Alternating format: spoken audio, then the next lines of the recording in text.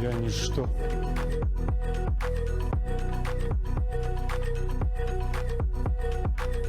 Scroll down, 9 p.m., 8 hours before the crash.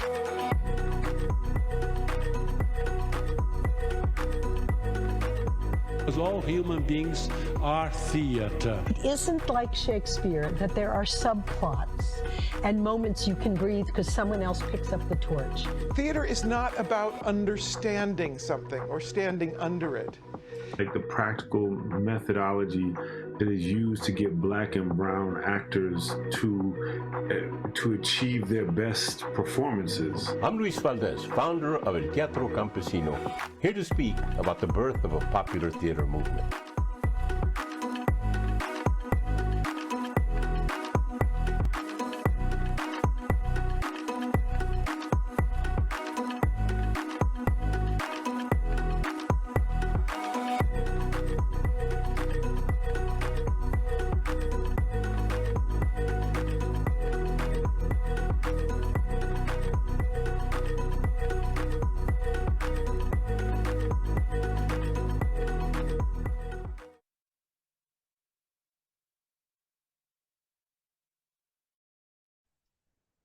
Ok, buenos días, buenas tardes, or buenas noches a todos.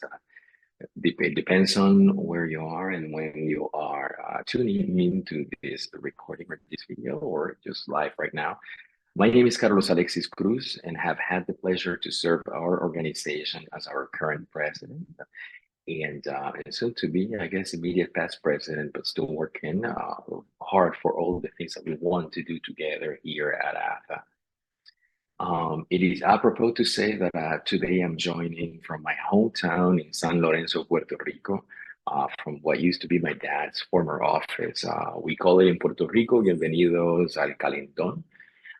That means welcome to the heat. It's a little bit hot here, but I think it has set the ground perfectly for me and for all of us in this current moment in time to actually be grounded in our essence, in our specifics, in our values, as we look to find collectively the identity of the arts and the work that we want to do and see moving forward. On that same note, and some of the things that I enjoy in this moment, I enjoy a grounding exercise to never forget that we as people exist collectively and we breathe together. So on that same note, I would like for all of us to take a second to really put our feet flat on the floor. Close your eyes if you're willing to do so or able to do so. Take a deep breath. So inhale and exhale.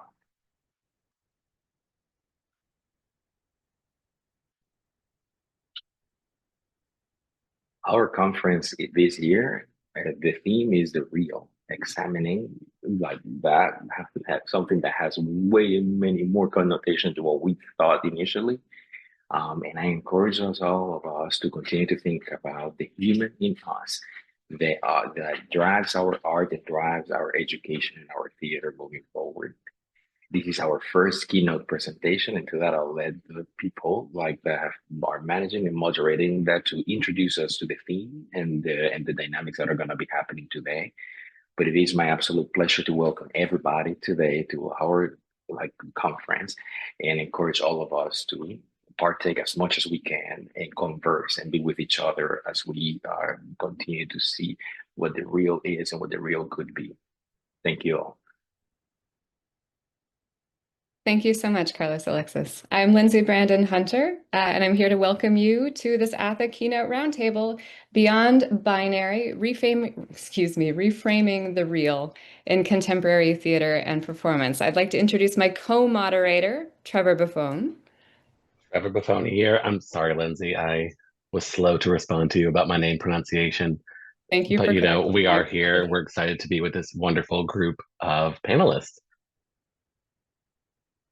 And so today we have a stellar group that the conference organizers have curated. We have Sarah Bay-Cheng from the University of Toronto, Eugenio Herrera from Princeton University, Petra Kuppers from the University of Michigan, Tran Nguyen from the University of Georgetown University, I'm in California, everyone, so I have just woken up. Jennifer Parker-Starbuck, Jen Parker-Starbuck from Royal Holloway, London, Diana Taylor from New York University, Marianne Weems from the University of California, Santa Cruz, and is also the artistic director of the Builders Association, and none other than Harvey Young from Boston University. And today, these panelists will offer a 3 to 5 minute introductory set of remarks based on provocations around the conference theme and specifically the panel theme here. They, during this time, can elaborate more on what they do and their connection to this panel and this idea of how contemporary theater and performance navigates, challenges, and reconstructs notions of the real in an era where traditional boundaries between virtual and actual experiences increasingly blur. And so I want to give them as much time as possible. We'll have 3 to 5 minutes with the panelists, and then we will be back for our group discussion after that. So after those initial remarks, I'll pose a framing question that we can use to start off some further discussion. And also I'll let panelists keep their own time, but if things go wildly askew, you might hear from me just saying that it's time for us to move forward. So let's kick it off to our first panelist, which I believe is Sarah Bay-Cheng. Hi, everyone. Welcome, and thank you so much to Trevor and Lindsay for inviting me today. I also just want to say a big thank you to all the behind the scenes folks, Carlos, Alexis, Liana, and other folks who are making this possible today. I offer my comments today with respect to binaries of theater and media, particularly within various systems under the umbrella of what we're now widely calling artificial intelligence, but that contains a number of different intersecting systems. With respect to the prompts of this panel, I'm thinking about generative and agentic AI based on Rajan Sabkoda's conceptual taxonomy of AI, thinking about AI systems as those that act autonomously in pursuit of various objectives, and also generative AI, which produces content based on its training data. Performativity, or the sort of basic thesis is that agentic AI and generative AI together kind of represent this new category of performativity that erodes that simultaneously enacts, cites, and distorts reality while collapsing the historical binary between performative construction and theatrical fakery. Performativity, as you probably know, has been theorized as a creation of reality by doing. But in popular usage, it's more often been understood as fake, showy, or false or insincere. As scholars over the last decade at least have noted, AI performatives are not merely simulations. They can produce sometimes harmful effects in the world and operate through systems of citationality and reiteration, remixing existing data explicitly as repetitions within and across systems. I'm not the first to observe this. It's been cited in a number of recent works, particularly over the last 5 years. And for the sake of time, I'm oversimplifying. But it's worth noting how popular discourses have tended towards a binary view. On the one side, focusing on how new tools are changing our reality, especially the reality of labor. And conversely, positing AI as simultaneously an exciting creative tool or potentially dangerous power leading people astray. This binary overlooks how these agents are together reshaping reality as performances without reference, and that they increasingly dominate what we perceive as the world around us, both performatively constructed and simultaneously fabricated. With generative AI replacing internet search, machine-generated content becoming training data for emerging agentic models, tools for detecting and determining AI-generated content themselves reliant on other autonomous systems to determine what is, quote, real, we find ourselves caught within a Mobius loop of performativity in both senses of the word. A real that is performatively constructed and falsely so, a performative AI. This shift may be less ontological than pragmatic, which is to say that what is real relies on mediated performances we experience and respond to as if they were real. Reality is as reality does. It may also then be that perhaps privileging authenticity can be more destructive than an embrace of the fantastic. In this context, the dichotomous realness separating theater and media collapses. If media representations were once imagined to be records of what actually happened, and theater is the fake or showy echoes of those events, in an age of performative AI where all media are vulnerable to artificial processes, then theater itself becomes a model for AI rather than its foil. So my provocation or question for this group is then, why are we still teaching theater and media studies separately? Thanks so much.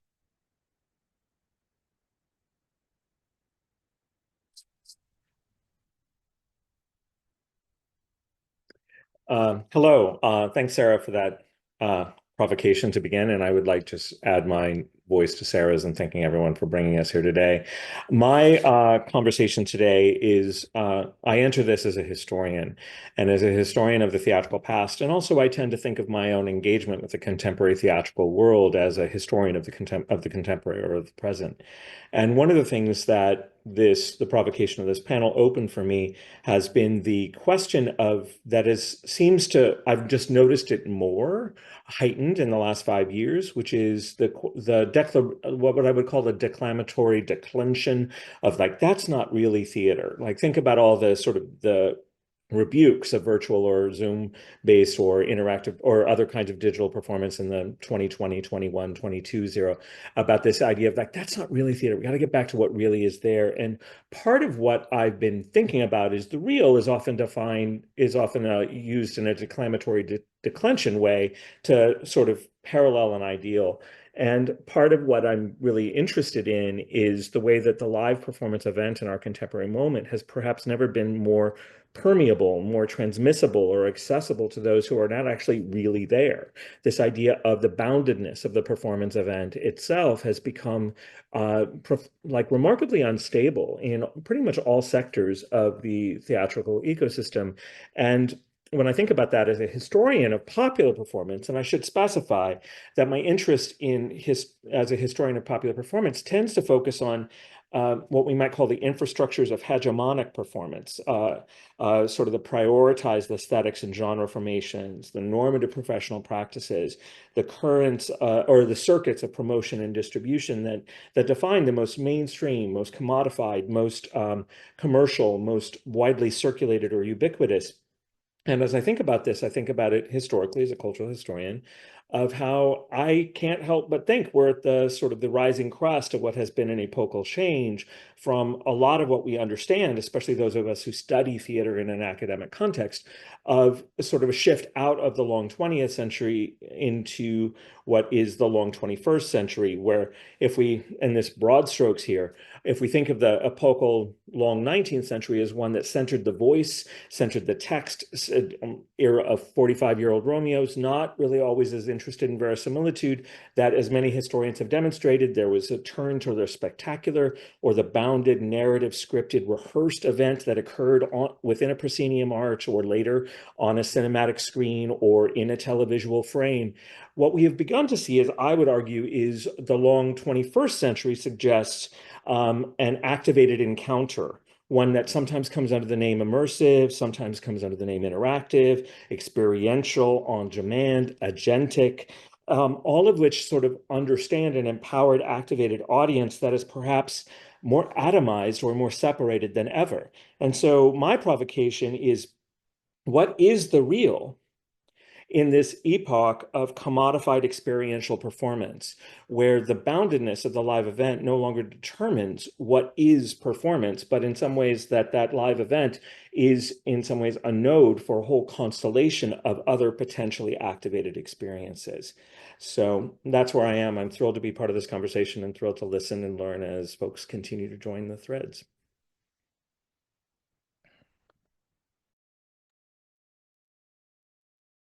And hi. Putting my timer on. Hi, everybody. I'm Petra Kuppers, she, her. Hi there. Yeah. And I come to you from Odawa territory. I'm in up north Michigan right now. I am a cis white woman with silver fox hair and green glasses, and I have like pink blue stuff on, and my background is a beautiful forest in up north Michigan. And I am ridiculously thrilled to be here and so honored to be part of this amazing conversation. And I come to you as a practitioner as well as a theorist, someone who's interested in somatic practices, someone who's interested in community practices. And my very first provocation to you is, how many different reals can we live in at any one time? How many reals surround us right now? So my invitation to you right now, everybody here, you 190 people listening, touch something that you're sitting on. Touch something that you're sitting on or walking on or wherever you are. Just touch in with the materiality of this. There is a good chance that what you're touching right now comes to us from trees, comes to us from plant material, organic material in the long ago past. Even if it's plastic, it was at some point organic material. And I'd just like you to think about that. We're not going to go into a big thing here because we only have a few minutes, but I just want to think about the different reals, the different temporalities that we are in at any moment, the clothes we wear, the material we sit on, the world we're in. So those are different kinds of reals that we can activate. We as performance practitioners can activate, can bring really clearly experientially to us. The reason I imagine why I'm part of this panel is because I'm currently exploring virtual reality, which is interesting for someone who's a somatic practitioner, which is so much about being with, right? Being with oneself, being with one another. So the current project I'm engaging is called Planting Disabled Futures, and you have some images here. One is of an imaginary tree world with beautiful pink trees. It's a queer crip world. And the other image shows somebody with a headset on and me with a plush toy smiling at her as she's coming out of that reality, and I'm offering her this plush toy as a transitionary object to get us back into this particular reality. And I'm bringing this up in part because we are right now in times of war. I mean, there's not been a time that since I've been living in the US that we have not been at war. We're witnessing terrible war. We're witnessing hunger in the world. And all of this invites me to hesitate, to stumble, and to pause the kind of articulations that I have summed up recently under this Ecosoma label, the kind of ways in which we can think about how we are in the world and how the world penetrates us, and how both privilege, agency, power, and powerlessness run through the ways that the world touches us. So in this project, the Planting Disabled Futures projects, we are in a world of healing plants in interplay with disabled people's embodied ways of knowing about pain, knowing about the stumble, but also enjoying the gliding of fantasy, enjoying working with the technology that developed out of war, that developed out of the military. So I'm very aware of what I'm doing when I'm putting on a headset and I'm inviting people into headset worlds. And we're trying to use community performance methods to get us away from the isolation that is often so much part of headset experiences or the kind of Zoom experiences that we know. How can we think otherwise about what an emphasis on multiple different realities can look like? The last I'm actually going to invite now to put the little video on that I have. That's going to give you a little bit of a fly through. There you go. So we're just going to be in this world a little bit. Just going to show you a little fly through of what's going on in there. This is nothing really like what it is if you were inside the headset, but you get a sense of pink trees, waterfall, a gorgeous sound. It's created by this wonderful Afrofuturist collaborators of mine. Just a very calm and gorgeous world. And in this world, there are portals, and in those portals, disabled people are engaging with plants. And I will leave you now, as my time is coming to a close, to think about plant elders. Who are your plant elders? That's the question that we always begin with. That is a really good way to think about what is real, what levels of realities are we living in. everybody here, if you have access to the chat, I don't know if you do or not, or even if it's just in your own notebook at home, who's your plant elder? What is the first thing that comes to mind when you hear the word plant elder? And what does that do for your understanding of time? What does it do for your understanding of reality, of what we understand agency, being, and co-presence to be? Thank you.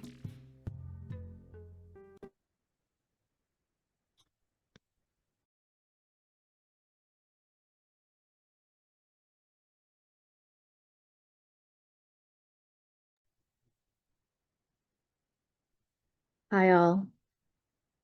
I'm Tran Nguyen, and I am zooming in from Baltimore, Maryland, which is on the unceded territories of the Piscataway peoples. And as we share this thoughtful conversation about realities and intellectual agency, there are no universities in Gaza. So it's important for us to, as educators and leaders, to work towards demanding an end to the occupation of Palestine. So I want to thank you all for inviting me to this keynote discussion. I am so honored and indebted to your scholarship and mentorship. I just want to note how exciting this is for me. Sarah, your question is particularly exciting to me. It's through this integration of media studies and performance studies that my creative research is ignited by. So as a practitioner of digital media making, I'm concerned with the question of material consequences that are found in the intersection of virtual and actual. My work emphasizes the current limits of representation that are bound by race and imperialism, while also considering the historical implication of the tools that render these images true. So here's where I get into the weeds. I'll bring up my case study from an upcoming publication, which looks at green screens. Then I'll zoom out to propose questions about the material consequences of authorship. So Leanne, if you don't mind, I'm bringing up slide 1. Thank you so much. So what you're looking at is a process shot of a short film that was done completely with by green screen and using video game engines to kind of create this world, this diasporic world. So currently in my research, I look at green screen technology, or also known as VFX colloquially, as both an analytic and prescient diasporic technology. So the green screen does so by playing and replaying the diasporic experience of dislocation, by allowing the maker to reformulate in both digital and a visceral parallel materiality. The affect of this disembodiment from green screen technology acts as a metaphor for diasporic subjectivity. Can I get the second slide, please? So the mutability of oneself, the ability to sever, create, and recreate one's representation is a survival ethos of the diasporic people. Zooming out, while these possibilities offer ways to bring in these tools as interlocutors, I'm also fixated on where power is active or lays dormant, meaning these technologies are made by and wielded often by imperialist ideologies. So how does this revision help, heal, or harm the communities I hold close? And so in order to examine this tool and other tools that may operate as such, as a prescient diasporic technology, it must be dependent on who wields it and how they use it, which points to an element that must be considered: authorship and autonomy. So in order for us to examine the political or social implications of these emergent technologies and how actors and performers engage and interlocute within them, we must assess or acutely locate the autonomy of the maker. So in today's discussion, I hope we keep in mind the question of autonomy as well as selfhood and how these tools help us explore pathways towards self-determination. Thank you.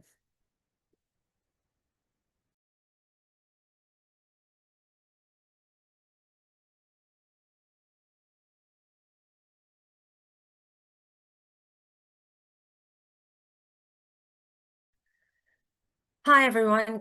I hope you can hear me. And I just wanted to also say thank you to everybody involved for this panel and for the generous invitation. So I was recently at the Festival of Ideas at the Royal Shakespeare Company in Stratford-upon-Avon. It was a few days of really rich conversation as a part of a fellowship program launched by the RSC. And each funded fellow focused on a research theme around the challenges facing society today. And it's in collaboration with places like BAM, MIT, Stanford, the Watershed in Bristol, Oxford, and elsewhere. And all of the fellows' research explored different things, including approaches to storytelling, immersive landscapes, the role of the artist as the agent of social change, and unsurprisingly, trust and reality in the age of AI. So that's where I'm starting from today. It was really interesting to see people taking issue with the term artificial intelligence, artificial being the opposite of real, or maybe even human intelligence. But the term is misleading, and the people there were all debating it, suggesting other terms, synthetic media, mediated reality.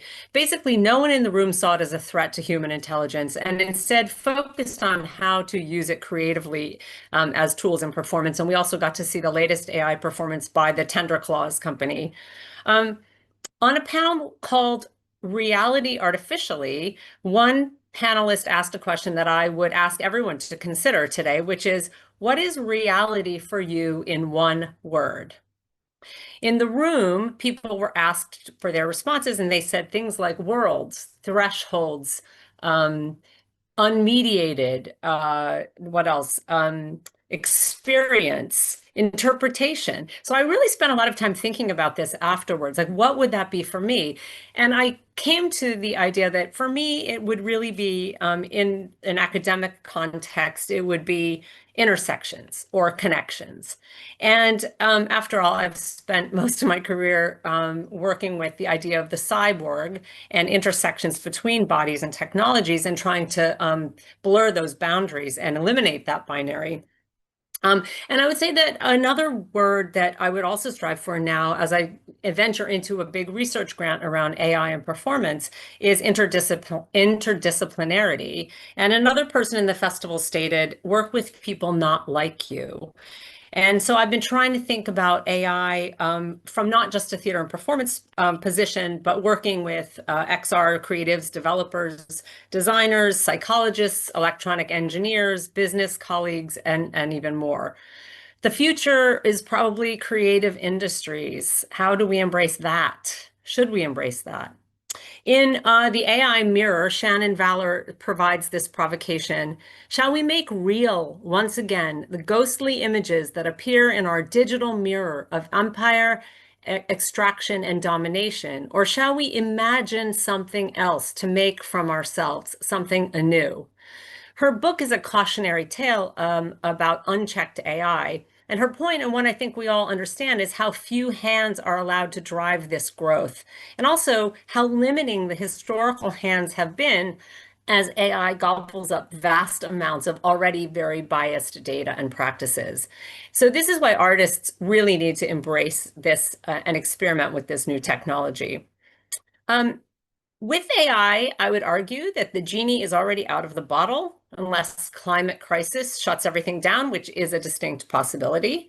But rather than demonize it, I prefer to think of it like the advent of the computer or the smartphone, tools that have taken over ways of being and doing things, but tools to harness and use for their practical, productive, and creative potentials. As Valor also explains so well, quote, the heart of creative work is not creation, but expression. So AI can create, and it can help us create, and it can pose challenges to our ideas, make us clearer, help us visualize. But as she goes on to say, and I'm just going to end with this, I love this quote, to express is different. To express is to bring into existence something that speaks of something else. To express is to have something inside oneself that needs to come out. It pushes its way out of your mouth, your diaphragm, your gesture, your rhythmic sway, or you pull it out because it resists translation, resists articulation, end quote. Or in my words, it needs to be embodied. So my question today, my provocation today is how can we consider an embodied relationship with AI to allow us to work together? What can these expressions become? And how can this bring about new forms? Thank you so much.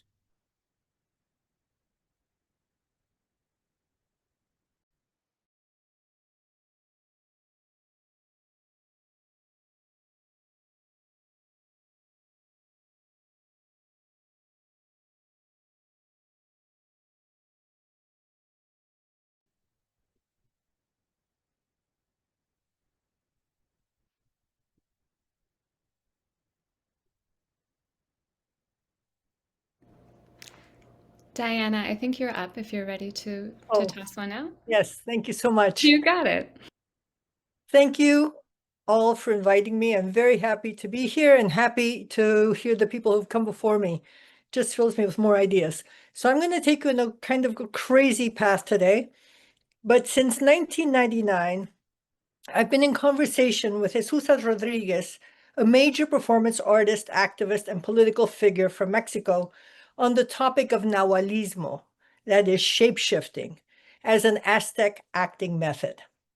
So how can this Mesoamerican, decidedly non-Western perspective expand our theoretical approach to contemporary performance practices and debates, topics like representation, mimesis, reality, the virtual, identity, and potentially much else?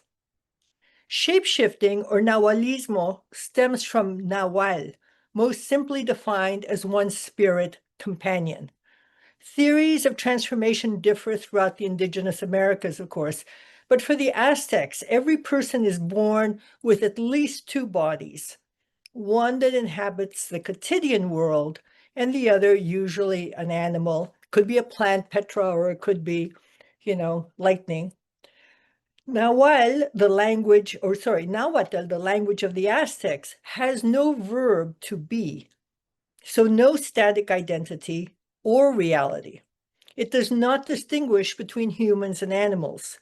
They both fall into the category of los vivos, the living.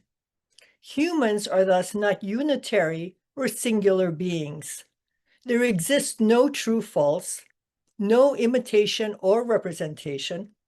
Everything is a how, a doing, a becoming, rather than a being. What something is follows from what something does, as well as how it does it. Energy links and transforms all that exists. Everything is alive and interconnected.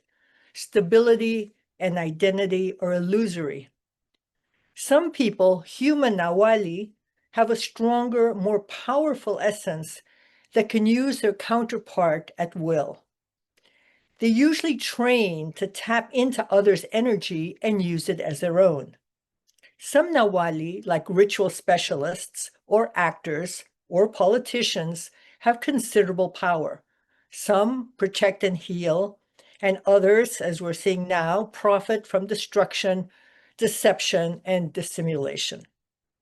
But if everything is connected and in a constant state of transformation, how do we tap into that flow and connect to the forces that surround us? Or how do those forces tap into us? So this reminds me a little bit of what Petra was saying earlier about how many reals are we living in right now? Jesusa outlines a component of her method in a ritual performance, El Maíz. In her preparatory sketch, and if I could have the first image, please.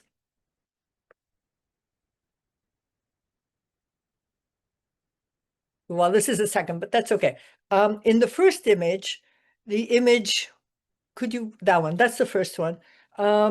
This is the sketch for the figure. The second one, which is the one that we just saw a second ago, that one, she embodies this figure. While the figure seems alone, this is not an empty stage ready to be populated by our bodies and imaginations. The animated universe of Mesoamerican thought in which Jesusa places this figure teems with complex forces that traverse the living body in an interwoven, defined scenic space and time as seen in the third image. Okay, so this is a video, a 3D video capture. So it looks small, so we can't really go into it. But looking now, we see two elements that I'd just like to refer to, the Nahual and Nepantla. The figure is not alone. If you can see, there's a tiny, tiny little hummingbird hovering over the figure's head. It's a bird that flies like an insect. It's so small and fast, it's hard to see. End quote. That's how the actor should absorb the essence, Jesus says, like a hummingbird that absorbs the nectar from the flower, takes it into their body, and transforms it. Less visible is Nepantla, the space in between. The figure stands amidst powerful forces that pull and push her. The in-between, the struggle to keep one's balance, has both theatrical and existential relevance. It fuels the Aztecs' feeling of anxiety and despair. And this is a quote from one of the Aztec poems. On earth, we travel alongside a mountain peak. Over here, an abyss. Over there, an abyss. What does this ancient Aztec philosophy have to do with us? Tapping into the Nahual underlines our shared essence with everything surrounding us. Nepantla points to the in-between temporalities, worlds, and processes we're living in, and helps elucidate our current crisis. How to keep our personal, earthly, cosmic balance. The endless pull-push reflects the shifting qualities of so-called reality. The philosophy Jesus draws from counters the prevalent economic, political, and existential order that has trapped us into our static and devastating, there is no alternative quagmire. If there's an ontological takeaway from the Mesoamerican philosophy that has no verb to be and no concept of fixed identity, it might be this. Nepantla defies the Western philosophical tradition by insisting on the ontological priority of indeterminateness and fluidity. Transformation, movement, shape-shifting, performance is all. So my question would be, can we really, really investigate the binary, but to its very roots? And what would happen if we did? Thank you.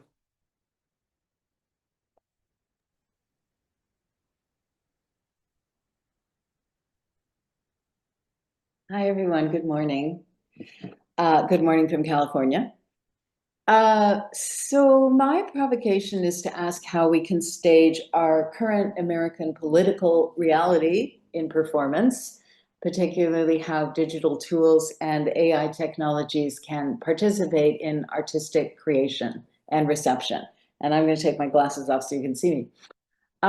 I was torn about what to present today as a practitioner because for the past few years, I've been working with students at UC Santa Cruz and Juilliard to create performance between virtual social platforms and the stage.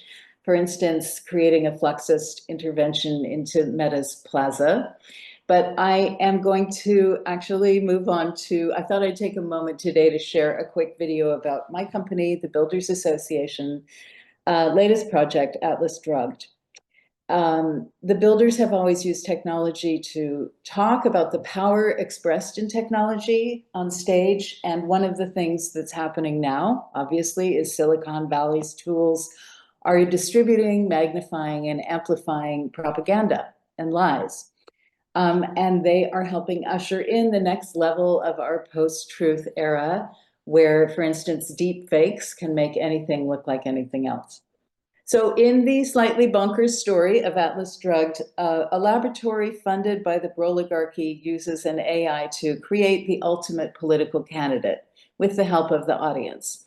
And like in the real world, one of the touchstones of this training and of Silicon Valley's free market is Ayn Rand.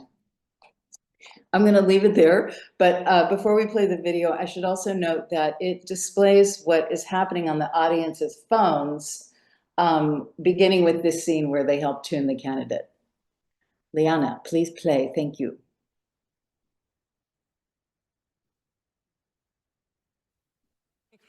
So listen carefully and keep your finger on the slider.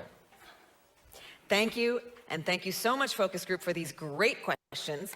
We're gonna jump right into it. I am ready to jump. Here we go, right in with the tough questions. The majority of our audience wants to know, what is your opinion on abortion rights? Governments hold no moral or rational right to interfere in the most private choices of a person's life. Hold. Audience feedback report. Switch to personality matrix B. Continue on topic abortion.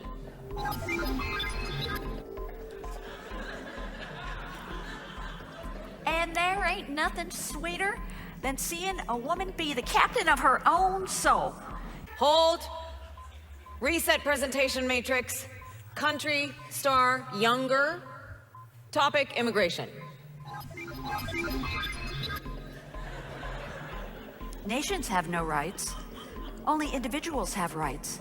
To restrict freedom of movement based solely on one's country of origin is a violation of justice. However, though nations have no rights, they do have a responsibility to uphold the law, and the law controls the borders. You know, and I know, that great innovation drives prosperity. The government must get out of the way of new solutions. This is what the party stands for. Technological solutions to political and social problems. And we have a new initiative, a perfect example of the progress we will make together. The Technocracy Party is announcing a partnership with Elon Musk to create X.gov, a new portal that will connect and empower real citizens, verified citizens, with direct access to the government. Log in. Now, listen carefully. You have one more opportunity to choose which fund to invest in. All of your earnings from throughout this game, you can now move into one fund. And which fund you pick will determine which AI candidate we bring up in the final scene. That's it.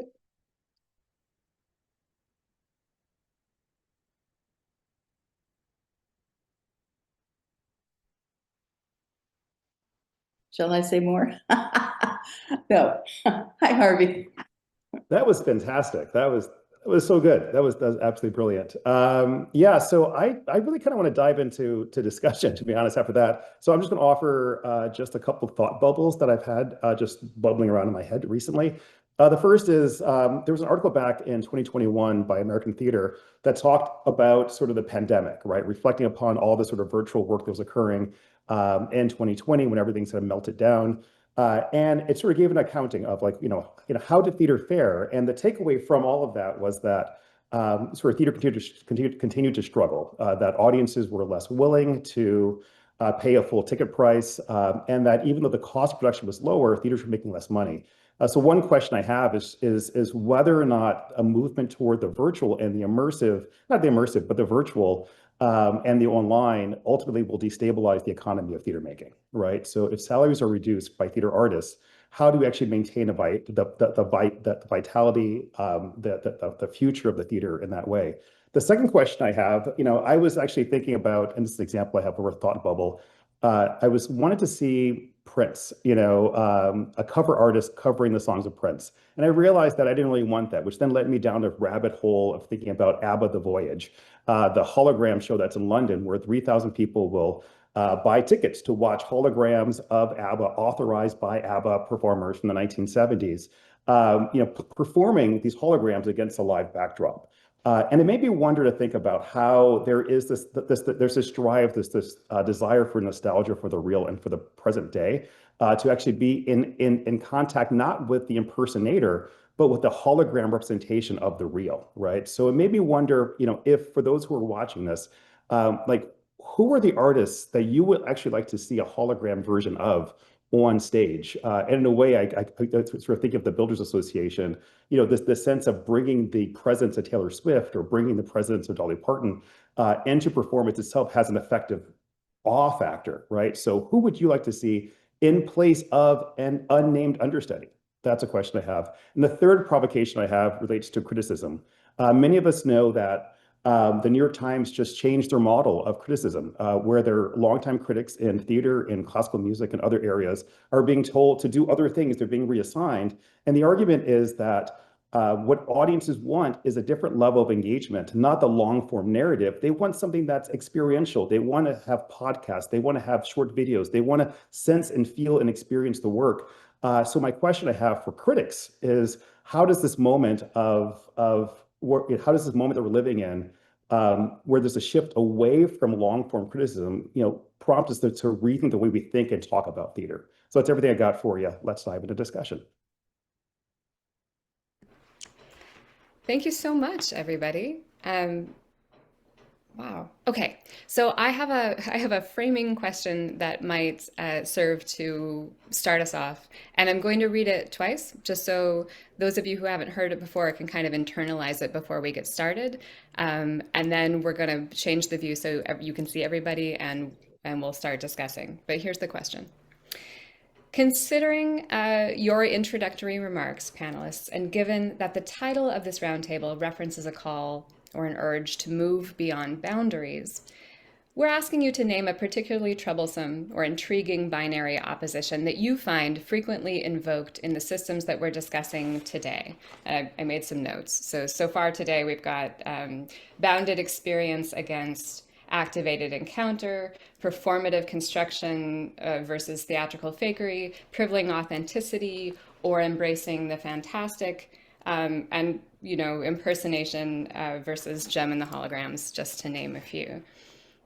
So given all of these, in what way does the binary that you're talking about particularly vex or interest you, and what do you suspect might be available beyond its limits? And now that I've said that, I don't feel a need to say it again, but if you would like me to repeat it, I will.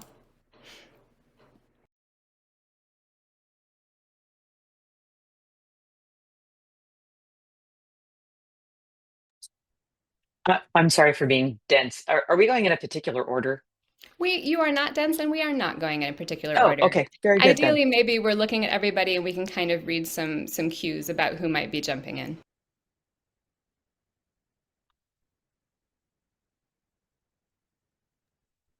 I'll just jump in quickly. I thought this is Brian again. I thought I would sit back and listen because you all are surprising me and exciting me. But my first impulse is, as a historian and a historian of performance, one of the things about a positivist notion of history is what performance history tends to resist. Things don't go away when new things emerge in performance history. Theater history operates as kind of a kind of repository of practices that we might access in different and so that's why I emphasized in my very quick and dirty summary the 150 years of each century, because they nest in each other and they recur in unexpected and unanticipated ways. And I think that's one of the interesting things for me about the binary in performance is it's rarely a stable binary. It often is shifting, as often as we saw the shift of the candidate, as often as we saw the kind of the hummingbird spin, this idea of the in-between. It's rarely a stable point of binaristic reference. And that's what makes it compelling to me as a historian to think about how the past is constantly present, even as the future is activated and imagined. I'm happy to respond to. Thanks for the really provocative, beautiful presentations. And specifically, Jen, I just really chime with the expression issue that you were bringing up. And of course, Diana, I love your presentation. Everybody's presentations were pretty amazing. Thank you. What interested me is in bringing up a binary, that's a strange binary, I guess, is what you're asking us to do, is agency and presence. And I took note of how many people wrote Planned Elders, right? I asked them to do that. I apologize if it overlapped a little bit with other presenters, but people wrote, and people wrote here beautiful images of their childhood, of what they're currently touching, the coffee that they're drinking right now, oaks in different places. And we got a wonderful sense, if we did look at the chat, then we got a wonderful sense of so many different locations. I think that is a real interesting aspect of this that can get lost when we're discussing the live theater versus the virtual reality world.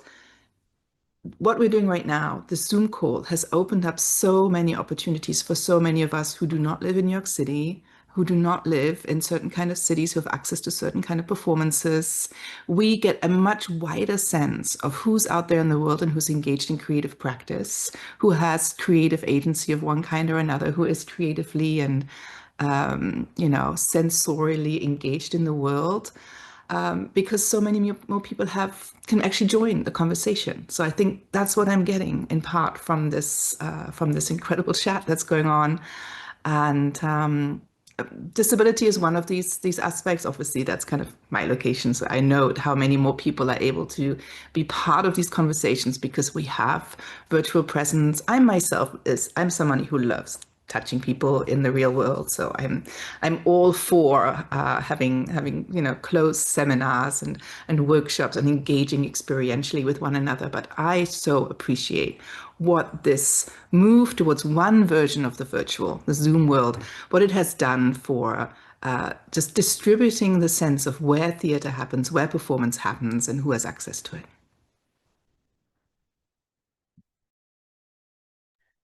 I'll just add also to say that one of the things I keep hearing immersed in the world of different technologies as I am is that people are wanting more theater. So in response to your question, Harvey, I think, people want to go to the theater. Now, unfortunately, there's also a whole capitalist system that is around that. So it's a lot of stars and bringing in celebrities who people can relate to from mediated performance, such as TV or film, and then people are lining up to see them live. The Evita is just, to see Rachel Ziegler or whatever her name is, do Evita live. People are lining up. They're going outside. They're waiting to see her moment. So I mean, the theater is full of the stars right now, and so there is something that we need to tap into, I think, about that. And having been to ABBA Voyage, by the way, it's not as exciting as people make it out to be. But what's fascinating is somebody said at the end, they come out as themselves now. And this friend of mine was saying, well, I was so amazed and impressed, like, oh, they came to this show. And her friend looked at her and said, really? Like, you got to be kidding. That's also a hologram, right? But the thing is that if you're far enough away, it is exciting, but they can't move. And when you get close up, they become, you see the glitches. So for me, it really was still just not a live show. So I do think theater retains this importance because of its aliveness, which is obviously another contested binary term here. But that has vexed us for a very long time, but that's maybe where things are going. I don't know. That's just some thoughts about it.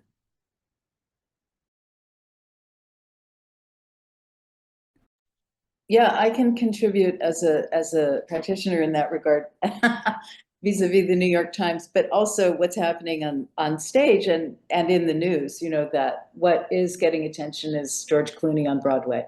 The Times has been basically told not to cover, downtown theater anymore.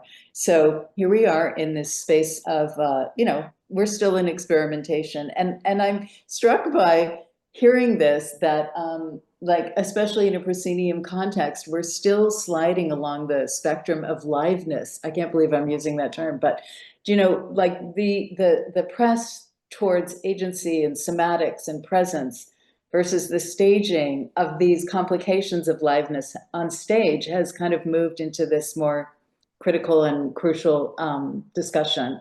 What's going to happen on stage? If I could just respond to Marianne, sort of by way of Brian, I really appreciated the sort of the overlapping of the various long centuries, and how they slide together. And I think it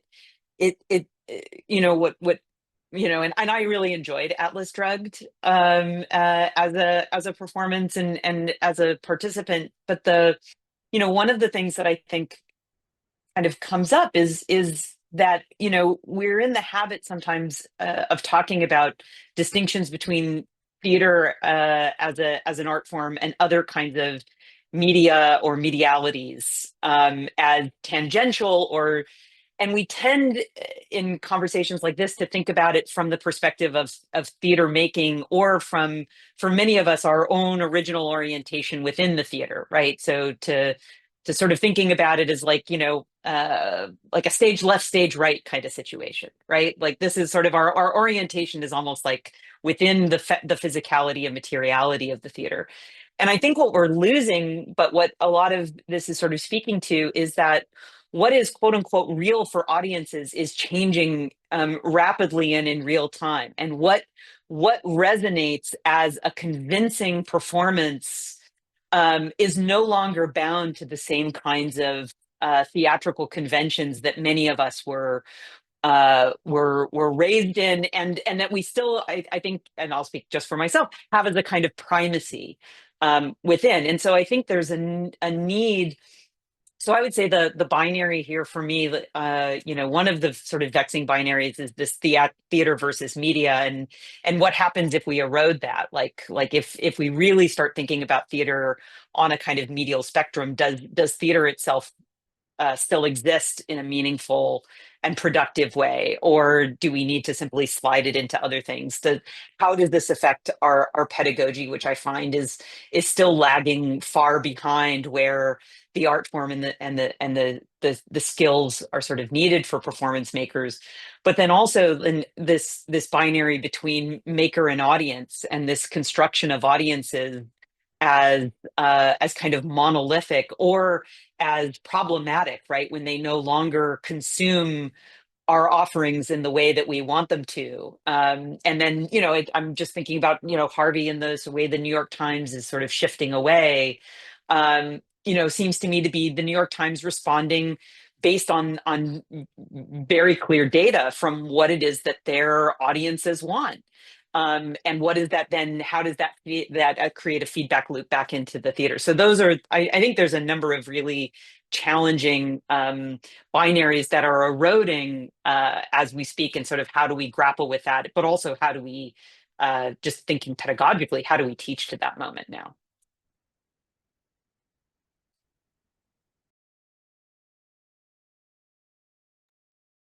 Does anyone else want to respond to the initial prompt from Lindsay? Diana does. Okay, yes. Okay. I do, but I keep forgetting to mute myself. So I guess my thing is pretty clear, is I'm against the binary from start to finish, right? And what it seems to me is that there really, really, truly is back into the classic Western tradition. And is there a way, given that we've all been trained in this, raised in this, right, that we can expand our ways of thinking about this? And so rather than going back to what it is, right, what theater is, to really insist on what theater does. And to me, that is the most generative question, because I think theater is really a model for thinking. It's a model for understanding the ways that the virtual and, presence in the most embodied way, these have all coexisted, but they've always coexisted, right? These are not new. We have different technologies for it now, which I think we're exploring and which are very important to question, and, who owns what and so forth. But what theater does, to me, seems that it has been, that's to me what's been most understudied. It's that we have the technologies to make a lot of things happen, right? But how do we understand that this idea of living in several worlds at the same time, of being able to hold different reels in our head at the same time, to be able to expand beyond, what's clearly kind of materially there. I think theater can teach us all a lot. It's a very philosophical, deeply philosophical practice. So that's what I would like to, at least in my own work, keep going back to, which is why, I'm happy with the ancient Mesoamericans because they had a very complex view on reality, or not reality, on the shifting shape in which we're living and trying to keep our balance. Anyway, so that's my project. I would love to pick up on that if that's okay. So I so chime with that. Thank you, Diana. I think I so agree with you. We have these capabilities as humans, and we sometimes lose some of those. We sometimes bring some of these together. There is another aspect to this this strange binary that that we haven't discussed yet, and that is the energy consumption of much of AI worlds, the kind of the economic and energetic footprint of many of the technologies that we're talking about here, right? So, and I'm very much interested in economy of means. We do have these technologies. They're kind of built into our beautiful body, mind, spirits. We have those. They're part of our heritage. We can activate them with very minimal means. And I'm very intrigued by how we as performance and theater scholars can question some of the assumptions around super hyper realistic representations in virtual reality, for instance. It's not necessary. Our tree in Planting Disabled Futures is a very basic tree, but it doesn't stop anybody from dreaming with it. It's created to be so small that it just fits right onto one headset. So I'm taking the headset right in the middle of the forest, and we have like little house parties in the forest, 4 to 6 people hanging out, asking themselves about plant elders, no other tech. No one's connected to any Wi-Fi. No one's being surveyed, which is a really important part for many of the people that I work with, that there's no surveillance, that there's no way that information can be fed back to whatever it is, Meta, whatever platform we're using. So thinking about the affordances of the technology and how we can find the minimum point where the wonderful capabilities that we have as embodied, as body, mind, spirits, how we can activate them using these new tools that are coming our way and which are exciting, and I love playing with them, but in a way that's also really responsible to the environment in that we're living, the kind of the energy and economic affordances. Sorry, Trevor, before we leave this kind of nice vein of what theater does, I just wanted to loop the question of the sort of the generative nature of that construction back to the green screen work that Van, yes, was mentioning, that not only the tool and sort of what we call it or what it produces is the question, but also who's wielding the tool or with what kind of structure or support underneath it, or according to what kind of strategy might also determine, right, the possibilities for what comes out.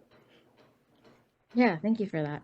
And what I wanted to do before I answer that question, thank you, Lindsay, was talk to Diana's, provocation about this kind of disdain for binaries. I think it's really quite interesting that you bring this up, because what I've been thinking about is, in this conversation, is how binaries fail us. And it's quite interesting how we find ourselves within this failure, right? Like, I'm obviously thinking about like queer failure, like, Haberstam's like imaginative ethnographies, right? That like have to go way and way and way beyond these like binaries. And that's where we kind of find ourselves, or we find a lot of perhaps answers to our questions, or more questions that born these like creative conversations. Yeah, I mean, I'm thinking a lot about, for me, as a diasporic person, I'm constantly holding these binaries, right? So there is not a moment in the process of my making or my research in which I'm not considering these binaries. However, they exist kind of all at once at this like kind of multiple. And so at that point, it's no longer helpful or even thoughtful to hold them as binaries, right? It's to kind of like to think about my positionality as something else. And I think this is also where I bring about failure as well, right? Like, where within this failure do I find myself? And I think, perhaps to bring it back to Sarah's question earlier is, what it seems that there is this kind of gatekeeping or protectiveness to the field that is really reluctant against this intersection that is so readily available to us. It kind of, if you engage with any type of performance or media now, it seems like one doesn't really exist without the other, right? Like media and performance are kind of they're holding hands in many ways. So I just wanted to thank you for bringing that up, and I'm excited to discuss more about that. This notion of perhaps how we together think about breaking down the binaries, or rather like working around the kind of rigid constructions of these binaries. Thanks. Thank you, Van. That actually is where I wanted to take the conversation, because at the end of the day, we are at ATHE, and we are all, most of us, I imagine, are professors, and we're working at universities and dealing with these things in the classroom and in our departments, so on and so forth. So Sarah earlier asked us, her provocation was, why are we still teaching theater and media studies so separately? And so I would like us to sort of think about how this mixing of the virtual and the actual might have actual, what the implications are as far as accessibility, representation, and institutional sustainability, what those might look like on our campuses. And I would also love like tangible examples of things that have worked or have not worked in our own experiences.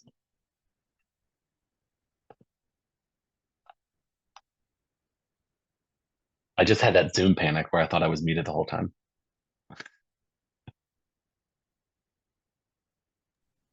Well, I can just say quickly, pedagogically, I think one of the most effective ways to start is to involve students and professors from way outside theater. So we did a whole project with Carnegie Mellon, a professor at Carnegie Mellon, who was in media studies, but all of his students came from computational media, and having them in the theater space was fantastic. It was a two-way street, a two-way learning street. So the more we do that in the institutions I'm affiliated with, the faster this happens. If I can hop in here, like my own journey was a weird one in that, I was a film major in college, and then I got a master's in media study and then a PhD in theater history, right? So I kind of went kind of like the opposite direction in a way. But I think that, thinking about this conversation as being like, hosted, held, grounded in ATHE, does, I think, raise the question of the sort of anxiety people have and the sort of the sense of the precarity of theater as theater. And I think that is the thing that kind of creates this sense of a binary, that it's really easy to see how it kind of aligns with theater and other areas, so media studies and other areas. But then I think there's a question of what happens if the wall goes down, right? A wall that may not even really exist, but the wall we imagine needs to be there.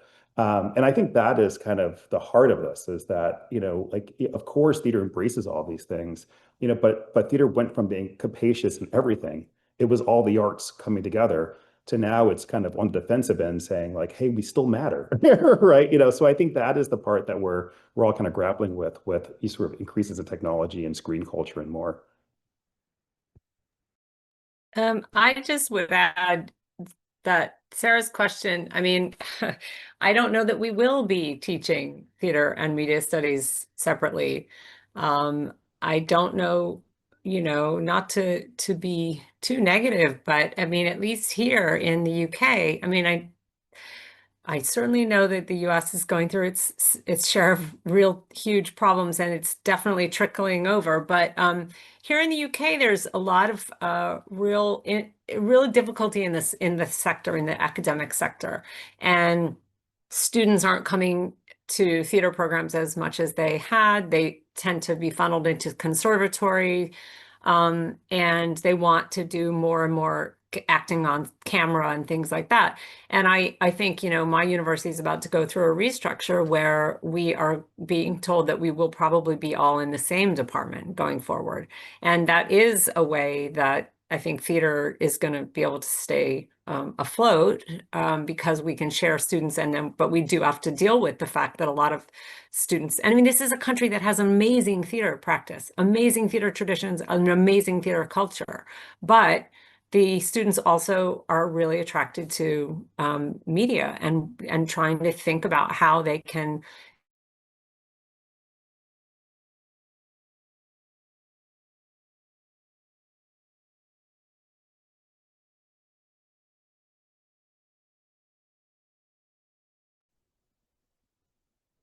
Jennifer is muted. I'm muted? You were not muted. I think you were glitching, but we missed some of what you said. Yeah. Oh no, sorry. Yeah. Well, I don't know what you missed, but I was just really kind of saying that here it's a challenge to keep theaters afloat, and I think that within ATHE as a context, this is an important question for us, especially as for the first time we have a much greater international reach. Because of the Zoom, because we're doing this on Zoom. So yeah, I mean, I just think that this is a really important question for all of us to think about as we go forward is how does theater will survive, I don't doubt that, but how does it survive in the academic structure? That's the real question.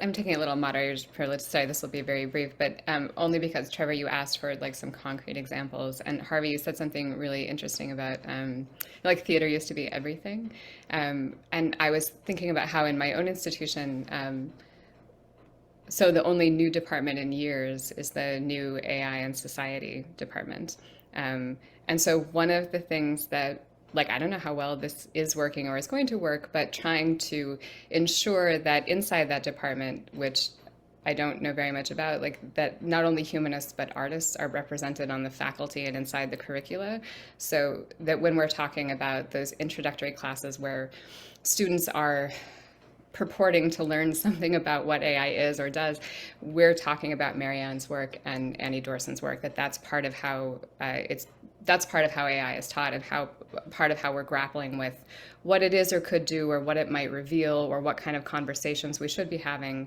with ourselves and with each other, and trying to kind of make it theater, as opposed to trying to circle more enrollment back into theater, which we're also trying to do, but that's one way that it's shown up at my university.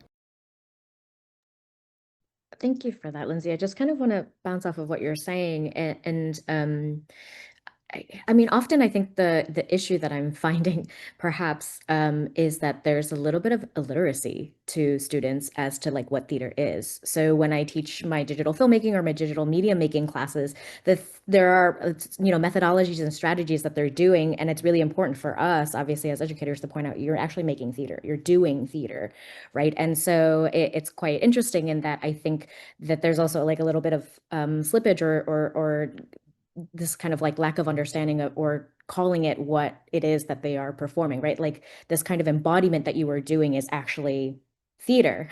It is the tools and how it's going to be communicated, and through how it's being communicated and how you're engaging with your audience with this product, perhaps becomes this translation and becomes media making, et cetera, et cetera. But what you are doing currently, the embodiment, the emotion, the affect of this performance, of this kind of like lived presence, is actually theater. So I just kind of want to tack on to what you were saying, Lindsay. Thank you so much for that. I do not teach in a conventional theater department. I am in one of these floating people in an interdisciplinary university. So I have lots of different kinds of students in my classes. But just to speak to what I'm already hearing in a lot of the contributions that we've had here so far, by going to the kinds of examples for our classrooms that have already been mentioned, we are teaching one of the core functions of theaters, it seems to me. And Diana, you already have both Diana and Jen, you both spoke to this already. This core issue of what it is that theater brings as a place for wrestling with issues, as a place for embodying issues, as a place for allowing affect to be something that becomes part of the conversation about a specific ethical issue, for instance. Those are the kinds of mechanisms that we can activate in our classrooms by going to theater examples rather than straight tech examples of this kind of work. It is so much richer for me to go to art-based uses of virtual reality environments, for instance, rather than like yet another game that's been created in a conventional quest environment, for instance, right? So the sentence might not have made sense to some of the people listening, but those of you who teach in this world know what I just said. Basically, there's something about the arts-based approach, and that is often a performance-based approach, that is so central to getting students to think through what the issues are, what the politics are. What is the politics of creating a game, of being in a game? If we move away from, well, what can be the best game? I don't do games. I don't create games with people. What other kinds of objectives can we have in creating a virtual reality world? How can we create a world that is that can embody some of the social justice principles that so many of us are interested in? How can we do that? Is there a contradiction between social justice work and gamification? These are the kinds of questions that are really rich and intriguing to work out, both in life work. Again, to me, that distinction doesn't even make sense anymore. Like in embodied work and in virtually mediated embodied work. For me, they're actually very related to one another. But it's the artists that allow our students to work through some of these issues. I will just add that I think one of the crucial pieces is one of the functions of a binary is sorting. It's sorting people into this or that, in or out. You're cast in the show, you're not cast in the show, this kind of fundamental binary logic that is about sorting. And one of the things that we don't, where I teach, it's not a major, so we have a bunch of minors that cross disciplines as they major. But one of the things that in a new practice we're doing is I'm having conversations with every one of our declared minor students to talk about how all of their intellectual interests are of a piece. Because one of the things that I've always felt is the strength of a theater program often is we got to sense that we often have a different access to the full humanness of our students because we see them in different registers. We see them engaging different things. They're not just writing papers, they're doing other things. And one of the things that I'm encountering is this in my work with our students as well as students across the university is there's a tracking in the way they think of, yes, I'm a mechanical aerospace engineer and I do theater, but I believe fundamentally, my core belief is you are the same human. You are bringing those. There's a question that is drawing your interest to both of those things. Let's find that question. So like, what is that thing that's the conjunction that is the magic and superpower of you? And yet they are entrained into a system of selecting and sorting their skills to be relevant and legible for certain subsequent opportunities.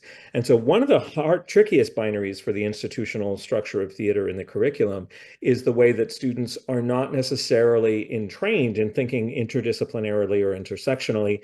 And then you have the folks who have the moments of encounter, but what are these other habits that the institutionalization and siloing really does prevent some of our most intellectually activated students in the sciences and in the arts that don't know how to even name the fact that they think there's a question, and they're constantly receiving curricular and social and external pressures to hunker down and specialize. And so I think that this is I was just deeply moved and that the conversations I was having with these students, they said, I've never had this kind of conversation before that centered me as a thinker who's moving between different circuits at this university. And I think that that's a space just to evangelize a little bit. I think that that's the special sauce that folks working in theater performance have a capacity to code switch disciplinarily that very few other units do. And so I think to name and witness that in our students is something that we often get so caught up in our own compartmentalization, and we don't see the holistic, we don't view students holistically.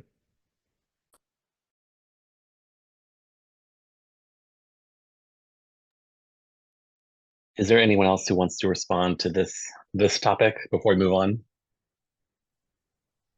I just want to say on the other end of the spectrum, it's been quite eye-opening teaching at UCSC because it is an HSI, and many of the students there are first gen, many of the undergraduates, and their relationship to theater, why they should do theater, is very compromised, or is very informed by their families, their relationship with their families, and the sort of, reluctance to enter into what is clearly an economically precarious profession. So that's just something I think we need to keep in mind as well. Thank you, Marianne.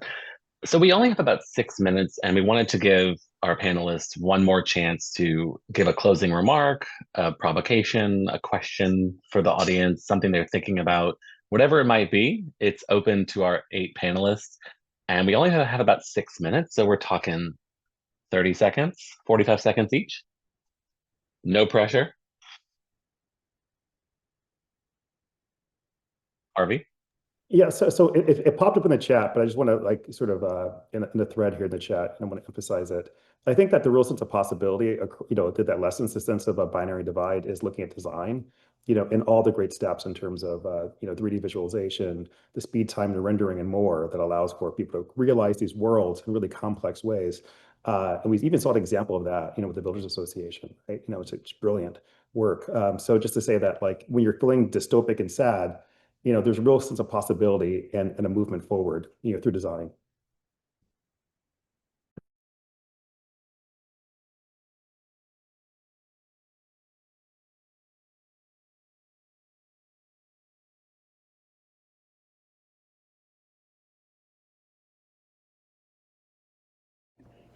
I'll just conclude by thanking Diana for the particular framing of the reality as contingent and as active.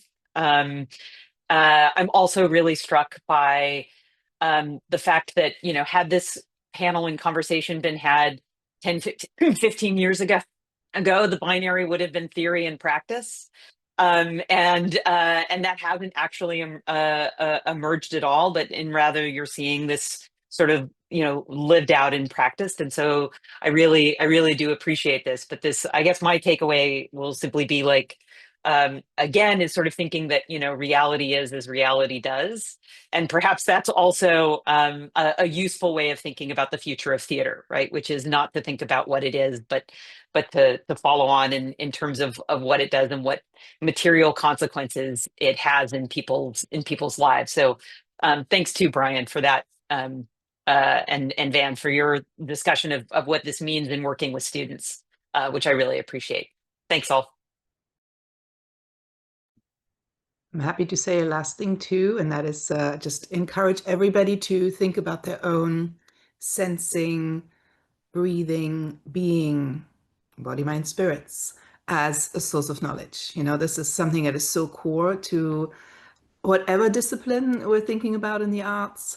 How can we tap into our innate capabilities of creating multiple reels, of being in different reels, and then asking hard questions about the relationships between those, asking the political questions about what are the war origins of some of the technologies that we're using, what are some of the extractive implications of some of the materials that we're using, how does electricity flow through us, how does water flow through us, how can we make a connection between these political realities that we're living in, and then that deep somatic sense of being with different kinds of realities and bringing people into different kinds of realities as a kind of heart athleticism, as a kind, to use a very Arturian phrase, right? To be able to access different realities in different ways.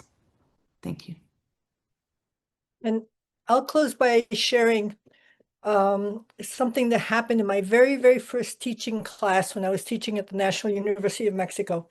And my students asked me, could theater bring about the revolution? And I said, I didn't think theater brought about revolutions. Everybody was reading, of course, Augusto Boal, right?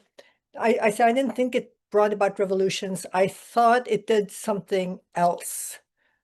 And I've spent my whole academic life trying to figure out what this else is that theater does. And I love thinking about it. And I love thinking about it in conversation with you and with my students and with the people in lots of different disciplines, right? Because I think it's an important question, and it's one that's animated my work this whole time. So thank you.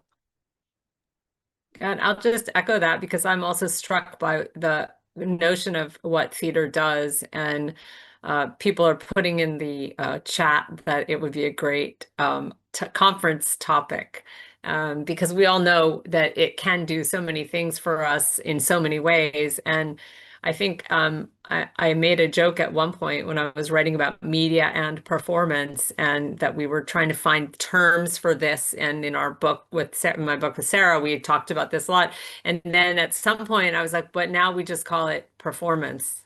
So there is no more distinction really. And I think we just have to focus on the political and possible within what it is that we all do.